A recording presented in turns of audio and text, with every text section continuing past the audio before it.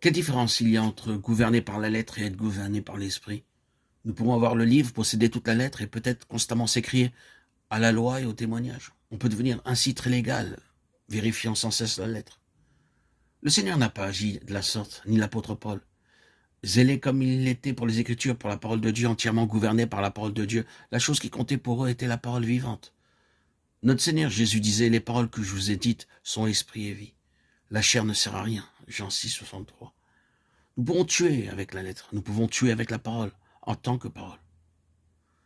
Nous désirons assurément être délivrés de traiter les Écritures en tant que mots, en tant que lettres, et désirons être introduits là où il s'agit de l'esprit dans la parole, donnant la vie. Quelle différence il y a entre ces deux domaines? L'un conduit à rien de moins que la mort, la paralysie, à produire un froid glacial et à tout flétrir. L'autre conduit à une condamnation positive, à un jugement qui est nécessaire pour détruire la chose qui est mauvaise. Cet autre domaine ne laisse pas les choses dans cet état de flétrissure sans indication, ce qui n'est que trop souvent le cas lorsqu'il s'agit simplement d'une chose de la lettre. Vous avez donc le double aspect de la parole en vue de la croissance en Christ. Premièrement, la parole est une déclaration inspirée de l'Esprit. C'est ce que la parole de Dieu doit être, et non pas simplement quelque chose qui a été écrit. Secondement, l'esprit de vie est pleinement quelque chose qui a été écrit, associé à la parole. Ceci soulève une très grosse question, une question qu'il est peut-être quasi dangereux d'exprimer en public en ces jours et dont la réponse demanderait peut-être beaucoup d'explications. La question est celle-ci, jusqu'à quel point la parole écrite telle qu'elle se présente est la parole de Dieu. On peut se saisir de nombreuses traductions, commentaires de la Bible et utiliser les mêmes fragments en même temps, de 50 manières différentes.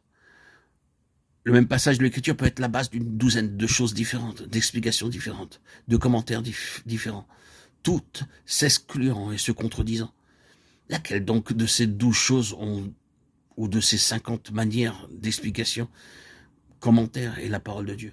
Vous pouvez prendre l'Écriture en tant que lettre de cette manière, en l'extrayant du livre que vous lisez et déclarer c'est la parole de Dieu. Voilà la parole de Dieu. Mais comment allez-vous le prouver? Toutes ces différentes personnes prennent la parole de Dieu et obtiennent un sens différent, avec un résultat différent, agissent d'une manière différente et justifient une voie différente. Et la même parole a occasionné un conflit terrible et une énorme opposition entre différentes sections de gens. Jusqu'à quel point est-ce la parole de Dieu telle qu'elle se présente? Voilà la question. Pour ma part, mon point de vue est que je crois que quelque chose de plus est nécessaire pour faire de la lettre la parole de Dieu en vérité, en plénitude. Et c'est l'esprit de vie en elle. C'est l'esprit de vie. Nous avons en pensée le Saint-Esprit, non pas une abstraction inintelligente. Cet esprit de vie doit lui-même utiliser et appliquer cette parole pour faire d'elle la parole de Dieu. Je ne crois pas que vous pouvez obtenir quelques résultats divins en citant simplement l'Écriture en tant que telle. Le Saint-Esprit doit pénétrer cette parole, s'exprimer lui-même comme y étant inclus et la rendre vivante avant que vous obteniez le résultat divin, étant donné l'objet en vue.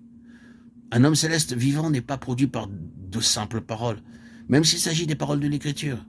C'est ce que les gens essayent de faire. Ils ont essayé d'obtenir l'Église grâce aux paroles de l'Écriture, constituer l'Église pour ce qui se trouve écrit ici. Et ainsi, vous avez une demi-douzaine de genres différentes d'églises, baptistes, pentecôtistes,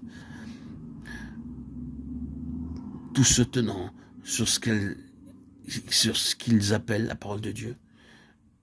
Et la chose produite n'a pas de vie. C'est un homme céleste vivant que Dieu a en vue. Et pour produire cela, l'Esprit doit opérer par l'intermédiaire de la parole.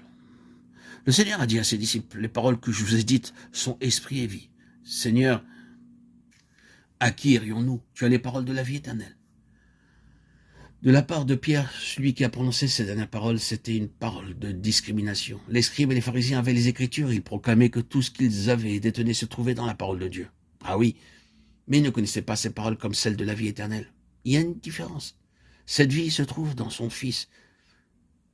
Il doit y avoir une relation vivante avec le Seigneur Jésus pour que les Écritures soient rendues efficaces.